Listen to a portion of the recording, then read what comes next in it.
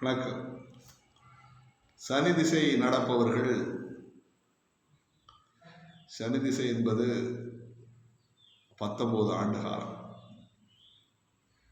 இந்த 19 ஆண்டு காலம் சனி திசை நடக்கூடியவர்கள் வணங்கும் தெய்வம் சாஸ்தாவை வணங்கலாம்.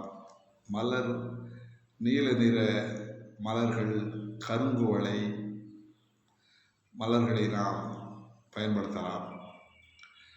வஸ்திரம் கருப்பு வஸ்திரம் கொண்டு நாம் பூசிக்கலாம்.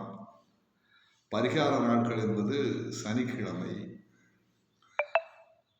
தானம் செய்வது காகத்திற்கு தினசரி உணவு தானமாக வழங்கலாம்.